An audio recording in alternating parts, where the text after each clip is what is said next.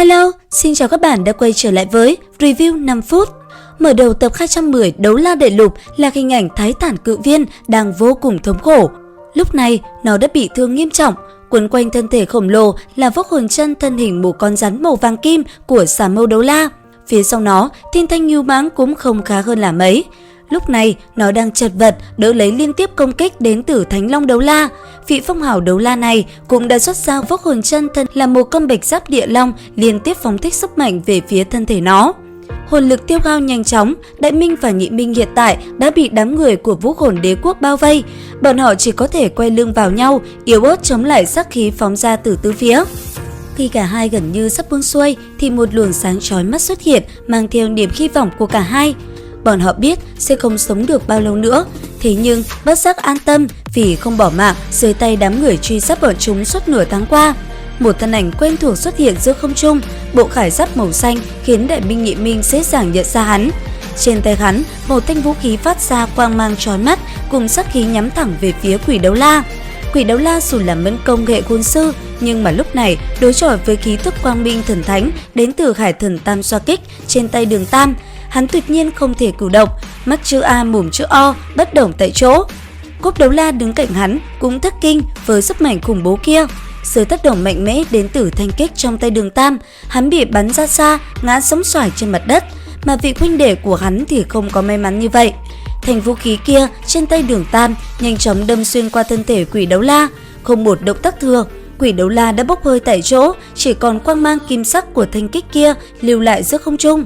Sau khi chứng kiến vị huynh đệ chí cốt của mình đang xuất khỏi trái đất ngay trước mắt mà bản thân lực bất tòng tâm, Cốp Đấu La gào lên trong tuyệt vọng. Hai chân hắn vừa đứng lên, một màn bi thương trước mắt khiến nó khuỵu xuống, đau đớn cùng tuyệt vọng phút chốc dâng lên đến đỉnh điểm. Cũng trong lúc này, Tiểu Vũ đã xuất hiện, thấy Thái Thản Cự Viên và Thiên Thanh Ngưu Mãng sắp không thể trụ nổi, trong lòng mang tràn ngập lo lắng, liền nhanh chóng phong ấn lại sinh mệnh nguyên lực của hai đại thân thú. Đường Tam không có dừng lại mà phối hợp phóng xuất ra Lam Ngân lĩnh vực công kích Bỉ Đông cùng với đám người kia. Mỗi một nhánh Lam Ngân thảo mọc ra không ngừng quấn quanh đối thủ trước mắt, chỉ trong tích tắc đã lan ra khắp khu vực xung quanh bọn họ. Lúc này, Đường Tam ra hiệu cho Tiểu Vũ dẫn hai vị huynh đệ của mình chạy thoát, còn hắn ở lại đối phó cầm chân đám người kia rồi tụ hợp với các nàng sau. Thế nhưng khi thấy đối thủ trước mặt vô cùng mạnh mẽ, Tiểu Vũ không khỏi lo lắng, nhắc nhở hắn bọn họ là cùng một thể, cho nên hắn phải hết sức cẩn thận. Nói rồi, nàng tranh thủ dẫn Đại Minh Nhị Minh cùng nhau rời khỏi. Đến một địa điểm khác, Tiểu Vũ đem hồn lực rót vào thân thể của hai đại hồn thú, đồng thời tìm cách chữa thương cho bọn họ. Lúc này, thật sự nàng cũng không biết phải làm gì để có thể giúp bọn họ hồi phục. Ở phía bên kia, sau khi thấy hai vị Xâm Lâm Chi Vương đã thoát ly khỏi tầm mắt của mình, Bỉ Đông lúc này không kiềm chế nữa, nàng phóng xuất ra vũ hồn của mình cùng kỹ năng đầu hồn cốt mà chưa bao giờ sử dụng. Toàn bộ không gian lúc này được bao phủ bởi một màu xanh lam, hư không hiện lên một con mắt khổng lồ cùng vẻ mặt tức giận vô cùng của Bỉ Đông.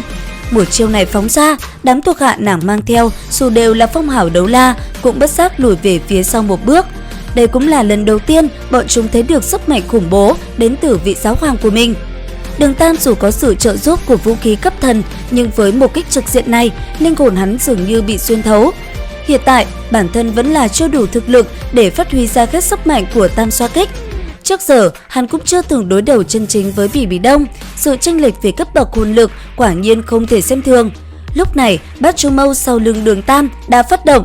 Phía đối diện, trong làng khói xanh mờ ảo, bản thể hình một con nhện hung ác của Bỉ Đông cũng hiện ra. Đấu tranh kịch liệt một hồi, Đường Tam chỉ đành tạm ẩn trốn sau gốc cây.